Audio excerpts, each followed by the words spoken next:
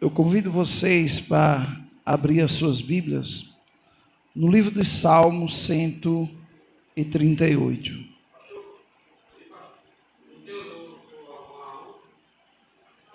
Salmo 138.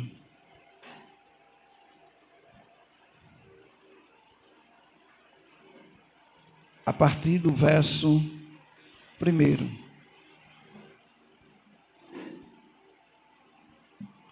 Salmo de número 100, fica no meio da Bíblia.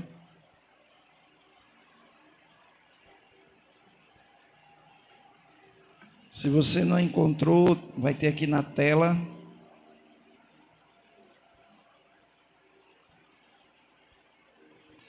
Diz assim a palavra do Senhor: Eu te louvarei de todo o meu coração, na presença dos deuses, a ti cantarei louvores. Verso 2.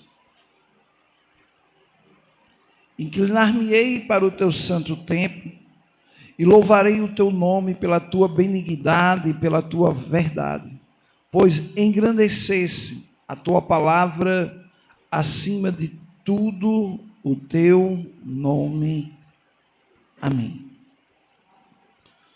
É interessante que o salmista, no Salmo 138, no verso 1, ele diz: Eu te louvarei de todo o meu coração. A palavra coração aqui é do nosso espírito. Na presença dos deuses a ti cantarei louvores. Por quê? Israel, quando estava no Egito, existia deuses para todo tipo de gosto. E mesmo tendo vários deuses, por isso que ele diz: na presença dos deuses a ti cantarei louvores. Aí no verso 2 ele diz: Inclinar-me-ei para o teu santo templo. Toda pessoa na antiga aliança que fosse fazer um sacrifício, que fosse se apresentar ao sacerdote, o leproso, ele tinha que ir ao templo. E o templo, construído por Salomão, então era uma das coisas mais belas que existia, e todo mundo subia ano após ano, não era todo dia que subia. A gente vê isso em 1 Samuel, no capítulo 1, verso 1.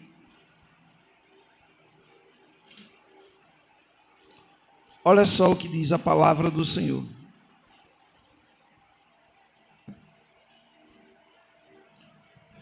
Houve um homem em Ramataim, Zofim, na montanha de Efraim, cujo nome era Elcana, filho de Jeroão, filho de Eliú, filho de Toor, filho de Zufé, Efrateu. Este tinha duas mulheres, o nome de uma era Ana e o da outra Penina. Penina tinha filhos, porém Ana não os tinha. Verso 3. Subia, pois, este homem da sua cidade de ano em ano. Porque de ano em ano comemorava as festas do tabernáculo, a festa da Páscoa, a festa da primícia, a festa do Pentecoste. Então era de ano em ano. Então quer dizer, a pessoa cometia um pecado durante aquele ano, então tinha o período dele ir ao templo, se apresentar ao sacerdote, levar seu cordeiro, e ele se apresentava, e Ana também ia ano após ano. E olha só, adorava e sacrificava ao Senhor dos Exércitos em Siló. E estava ali os sacerdotes do Senhor, Ófine, Finéia, os dois filhos de Eli. Então, irmão, não era como hoje, quando você vai ler Tessalonicenses, a Bíblia diz assim: orai sem cessar. Não é que nós vamos ficar orando de manhã, de tarde, de noite, e a gente dorme. Tem gente que diz assim: não, eu durmo, mas ainda estou orando no Espírito. Não, irmão.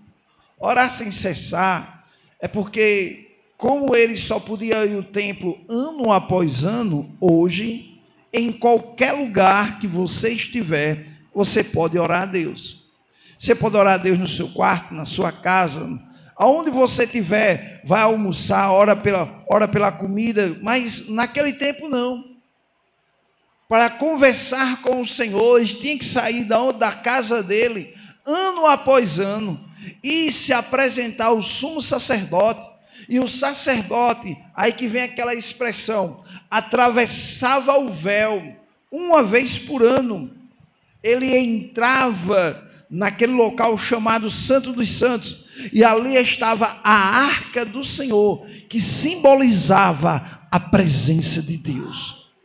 Então aquilo era um ritual. Só, irmão, que nós estamos numa nova aliança. Em Hebreus, capítulo número 9, olha só o escritor dos Hebreus diz. Hebreus, capítulo 9, verso 1. Ora, também a primeira tinha ordenança de culto divino e um santuário terrestre. Então aqui está falando do primeiro tabernáculo. O primeiro tabernáculo, ele tinha um culto divino e um santuário terrestre, quer dizer, que habitava na terra. Verso 2. Porque o tabernáculo estava preparado, o primeiro, em que havia o candelabro e a mesa, os pães da proposição, que se chama o santuário. Verso 3. Mas depois, o segundo véu, estava o tabernáculo, que se chama Santo dos Santos.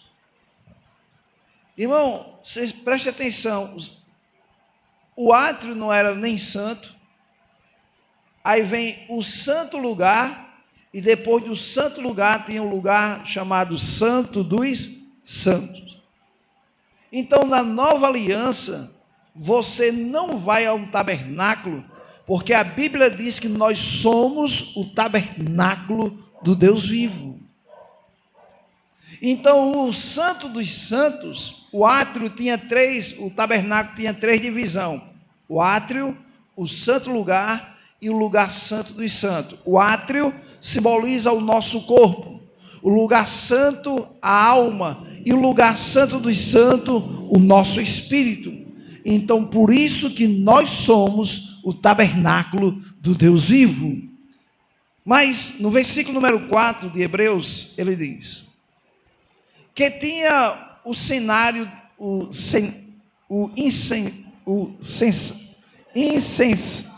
não vai sair não, incensário de ouro, e a arca da aliança coberta de ouro, toda em redor, em que estava um vaso de ouro, que continha um maná, e a vara de Arão que tinha florescido, e as tábuas da aliança. Então, dentro do tabernáculo, existia a arca da aliança. Sobre a arca tinha uma tampa, mais ou menos como isso daqui. E quando tirava a tampa, o que encontrava dentro era a vara de Arão, o maná e as tábuas dos 10 mandamentos. E você sabia que ninguém abria a arca da aliança, ela permanecia fechada. Aquela tampa da arca da aliança era chamada de propiciatório.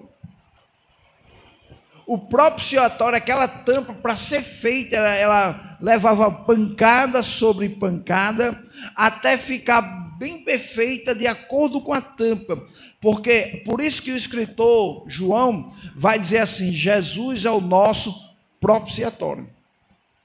O que é que ele quer dizer? Assim como aquela tampa levava pancada para ser perfeita, Jesus sofreu na cruz, em meu lugar, em seu lugar, para que nós nele agora podemos ser perfeitos.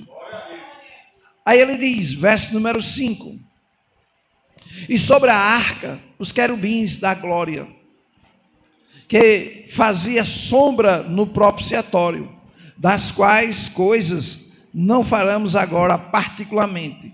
Versículo número 6. Ora, estando essas coisas assim preparadas a todo o tempo, entrava o sacerdote no primeiro tabernáculo, cumprindo os serviços. Verso 7. Mas no segundo, só o sumo sacerdote, uma vez no ano. Você se lembra que a gente leu lá em 1 Samuel? Que eles iam só de ano em ano. Quer dizer, no primeiro, ali onde estava o lugar santo, o sacerdote entrava. Mas no lugar santo dos santos, somente o sumo sacerdote. Agora, é interessante que Jesus, ele é o nosso sumo sacerdote. E quando ele entra, a Bíblia diz que ele entra e se senta. Na antiga aliança, não existia cadeira para o sacerdote se sentar, nem para o sumo sacerdote se sentar. Por quê? Porque todos os sacrifícios, ele era imperfeito. Mas o sacrifício de Jesus na cruz do Calvário foi o sacrifício perfeito. Por isso que ele entra e se senta. A palavra se sentar é igual uma pessoa que faz qualquer coisa. Uma mulher que vai à casa, o homem que está fazendo um serviço, quando ele conclui, ele se senta. Então, se sentar quer dizer estar concluído, está feito, está pronto. Então, se sentar também é confiar. Então, por isso que a Bíblia diz, os que crê, entra no descanso de Deus. Então, quem crê, descansa, se senta. Por isso que eu e você, se temos fé na palavra de Deus, nós descansamos no Senhor. Mas em Hebreus 10 agora, verso 1, olha o que ele diz. Hebreus 10, verso 1. No capítulo 9, ele falou sobre as peças, as suas divisões. Mas no capítulo 10 de Hebreus, ele diz: porque tendo a lei sombra dos bem futuro. No capítulo 9, o escritor dos Hebreus quer dizer, tudo aquilo que eu falei é sombra dos bem futuro, porque todas as peças apontavam para Jesus. Então, quando o homem chegava no átrio, ele encontrava o altar de sacrifício, simbolizando Jesus que ia morrer na cruz do Calvário. Logo depois do altar do sacrifício, ele encontra a bacia de bronze, porque dentro dela continha água. Jesus, quando foi transpassado com a lança, do seu lado saiu sangue e água. Sangue simbolizando o sacrifício do tabernáculo, que é a primeira peça do tabernáculo, e água purificadora. Aí depois ele diz, por isso que ele diz, porque tendo a lei a sombra dos bem futuro, quando a pessoa entrava agora no lugar santo dos santos, então do lado direito estava a mesa com os pães, simbolizando Jesus, que é o pão da vida. Do lado esquerdo tinha um candelabro, então o sacerdote, quando chegava ali, tinha que acender o candelabro, para se cumprir o que diz a palavra: lâmpada para os meus pés é a tua palavra, e luz para o meu caminho. Mas depois, antes de entrar, antes dela atravessar o véu, estava o altar do incenso. E o altar do incenso simboliza as minhas orações, as suas orações. Jesus na cruz, ele fez a sua última oração. Ele disse: Pai, em tuas mãos entrego o meu espírito. O que é que ele está dizendo? Eu confio em ti que vou morrer, mas acredito que vou ressuscitar ao terceiro dia. Então, irmão, por isso que o altar do incenso simboliza a oração, mas depois do véu simboliza agora o céu, porque Jesus, quando morre, ele ressuscita e vai sentar à direita do Pai. Então a arca da aliança, como simboliza o próprio Deus, Jesus, quando entra do lado da arca, ele se senta, porque quando ele ressuscita, ele sentou à direita do Pai, assim como está a igreja do Senhor, sentado à direita do Pai. Por isso que é antibíblico eu, quando orar, dizer: eu vou entrar na presença de Deus. Não, irmão, nós vivemos na presença de Deus. Por isso que Em 2 Coríntios,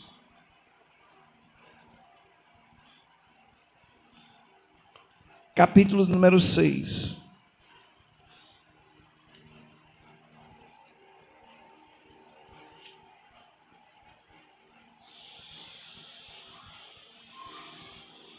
Segundos Coríntios, capítulo 6, versículo 14.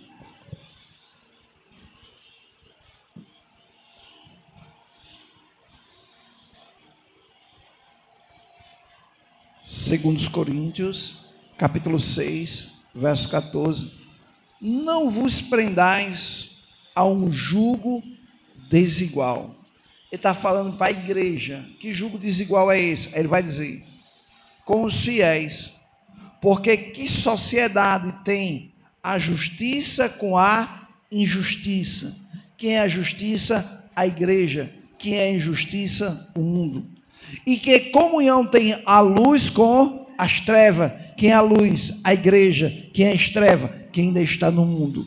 Versículo 15, aí ele diz, ou que concordância há entre Cristo e Belial? Quem é Cristo? Nós que estamos em Cristo. Belial é o Deus deste mundo. Ou que parte tem um fiel com o infiel? Então a Bíblia classifica você como fiel, e o homem sem Deus, o homem infiel. Versículo 16, e que consenso tem o templo de Deus com os ídolos? Quem é o templo de Deus? Eu, você, nós somos o templo do Deus vivo, porque nós sois o templo do Deus vivente. Em outra tradução diz, o templo do Deus vivo. Então, a arca, o templo que Salomão construiu, ali não era a casa de Deus, mas na antiga aliança era chamado de casa de Deus. Por isso que na nova aliança, a casa de Deus somos nós, porque nós somos o templo, a casa, a morada, a habitação do Deus vivo. Aí ele diz, como Deus diz, neles habitarei, entre eles andareis, eu sereis o seu Deus, e eles serão o meu povo. Glória a Deus por isso. Então, irmão, nós somos o povo de Deus. A Bíblia, em 1 Coríntios 3,16, 1 Coríntios, capítulo 3, verso 16. Não sabeis vós que sois o templo de Deus? Na antiga aliança, irmão, Deus procurou sempre um local para habitar. Por isso que ele disse, eu quero que vocês façam um tabernáculo, para que eu possa habitar no meio do meu povo. Quer dizer, ele não sabia estar longe de nós. Mas depois, Davi teve a ideia de construir um templo.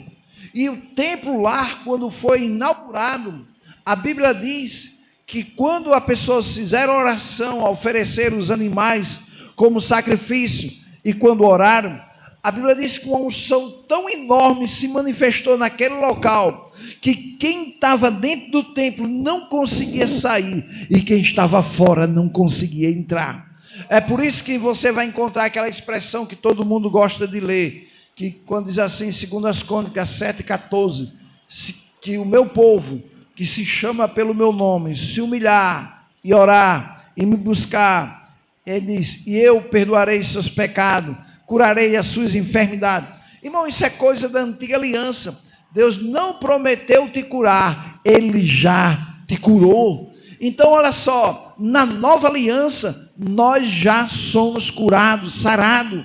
Na nova aliança, você é o que a palavra diz que você é, independente, irmão, do que você está sentindo. Por isso que crente não vive pelo que sente, crente vive pelo que crê. Então, quando eu vivo pelo que eu creio, o que eu sinto é temporal, mas o que eu creio tem que ser eterno. Por isso que cada um de nós precisamos entender, irmão, que nós somos o templo do Deus vivo.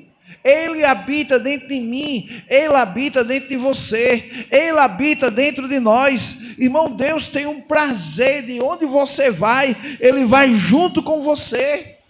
Em João capítulo 14, verso de número 23, ele mesmo falou sobre isso.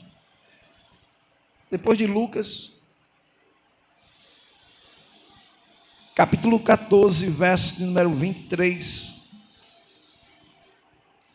Jesus respondeu e disse: se alguém me ama, guardará a minha palavra, e meu Pai o amará, e viremos para ele e faremos nele morada.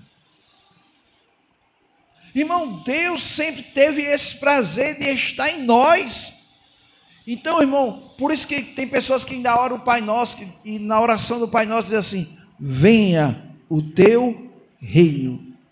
Não, irmão, nós estamos numa nova aliança. E nessa nova aliança, em Lucas, capítulo número 17, verso de número 21.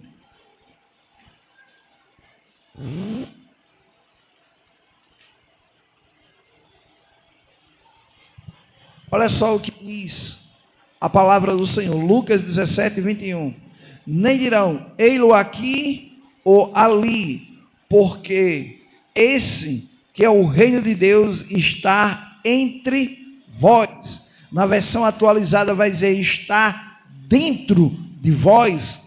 Nessa passagem aqui, irmão, estava certo. Por quê? Porque a única pessoa que era nascida de novo era Jesus. Então, por onde Jesus passava, o reino de Deus estava dentro dele. Então, era bíblico dizer, o reino de Deus está entre nós. Mas como você nasceu de novo, o reino de Deus não está entre nós, o reino de Deus está dentro de nós. Então, por isso que eu não preciso mais orar, venha o teu reino. Não, o reino dele já veio, habita dentro de mim, dentro de você.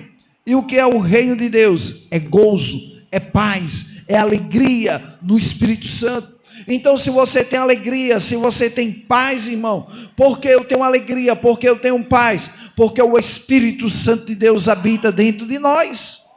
Por isso que eu não posso mais ter medo, como o pessoal que quando vai ler o Salmo 51, e o salmista diz, Senhor, não retire de mim o teu Espírito. Não, irmão, na nova aliança, o Espírito Santo, irmão, não vai sair de dentro de você. Ele diz, eis que estou com você, o Consolador, em João capítulo 14. Evangelho, segundo escreveu São João, capítulo de número 14, versículo de número 16. João 14, 16. Olha só o que diz. E eu rogarei ao Pai, e Ele vos dará outro Consolador, a fim de que esteja para sempre convosco. Então, irmão, tem gente, você vai em algumas igrejas, que vai cantar um coreô assim, vai cair poder. Não, irmão, não vai cair não vai cair não. O poder já caiu lá em Atos capítulo 2. O poder agora está dentro de mim, está dentro de você. Na nova aliança, não é como mais no Antigo Testamento, que no Antigo Testamento o poder de Deus caía naquele local. Na nova aliança, nós estamos no livro de João, olha como é que está, João capítulo 7, verso de número 37. Evangelho, segundo escreveu São João, olha o que Jesus diz, no último dia, o grande dia da festa, levantou Jesus e exclamou, se alguém tem sede, venha a mim e beba. Versículo 38, quem crê em mim, como diz a Escritura, do seu interior fluirão rios de água viva. Preste bem atenção que ele diz, do seu interior. Então a unção na nova aliança, ela não flui como na antiga aliança, de fora para dentro, ela flui de dentro para fora. Por quê? Porque você é o templo de Deus, você é o tabernáculo de Deus, e se você é o templo de Deus, a unção não está fora, a unção está dentro, o Espírito não está fora, o Espírito está dentro, o poder de Deus não está fora, o poder de Deus está dentro de você. Era isso que Jesus disse o tempo todo. Atos capítulo 1, versículo 8. Olha só o que ele mandou a gente receber. Atos 1, 8. Mas recebereis poder. Irmão, depois que o poder descesse, ele teria que você recebesse ele. O plano de Deus, assim como o poder de Deus se manifestava no tabernáculo, Deus queria que você recebesse o poder e que o poder de Deus permanecesse na sua vida. Como Jesus também, o poder estava nele. Lucas capítulo 5, verso 17.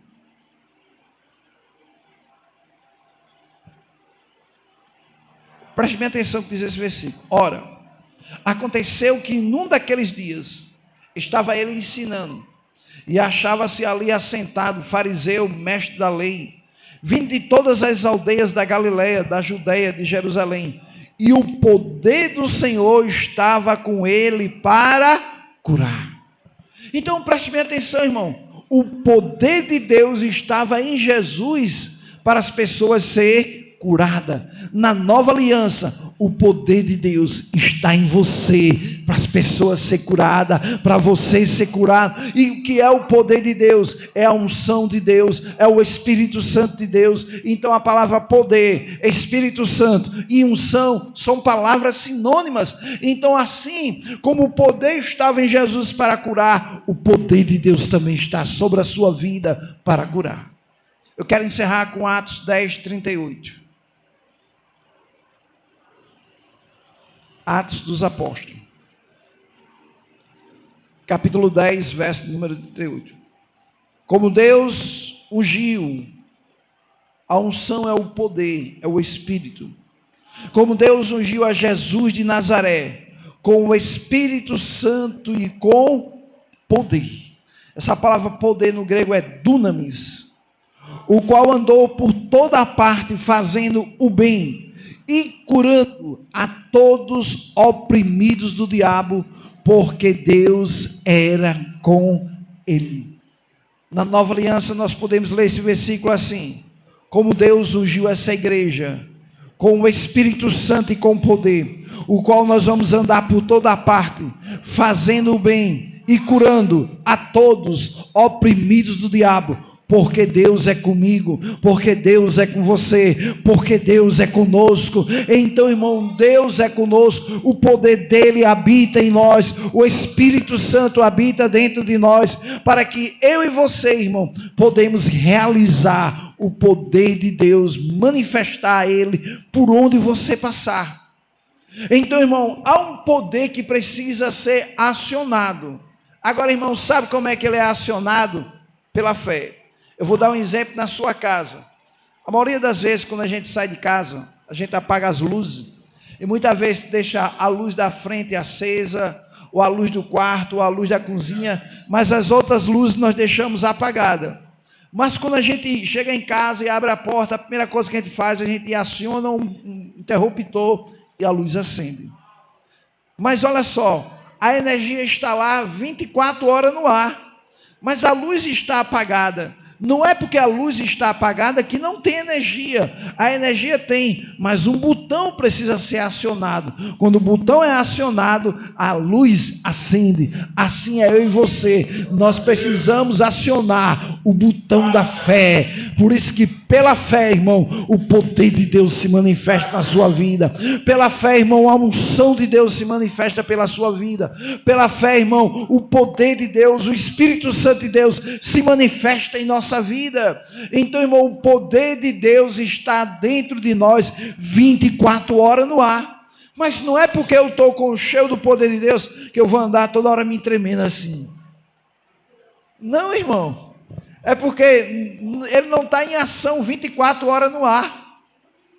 Mas quando você crê, Quando você ora por uma pessoa pela fé, sem sentir nada, aí quando você começa a orar, o poder de Deus começa a se manifestar na sua vida, porque o poder de Deus habita dentro de nós.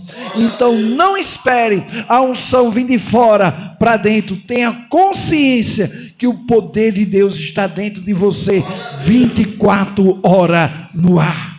Porque, irmão, nós temos a unção que desceu do céu à terra. E qual o propósito? Para desfazer as obras do diabo.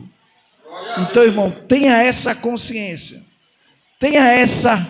Entenda isso. Que você não precisa estar sentindo para quê? Por isso que a fé não se sente, a fé se crê. Você não precisa sentir. Tem gente que está em algum culto, aí quando canta um louvor, aí diz, Deus está aqui. Ela julga pelo que sente. Não, irmão, Deus está aqui, independente de você sentir ou não, porque Ele está, porque a palavra dEle diz que Ele está. Então, independente de eu sentir, independente de eu não sentir, Ele está presente, a glória de Deus está presente, o poder de Deus está presente. Quando precisa, aí o poder de Deus entra em ação, para manifestar a sua glória, para realizar cura, para que pessoas sejam abençoadas. Então o poder de Deus que está em você, não é para você, é que através de você, pessoas sejam impactadas. Então por isso que o poder de Deus está em você, para que pessoas sejam beneficiadas por eles. Que eu e você podemos manifestar o poder de Deus, em nome de Jesus.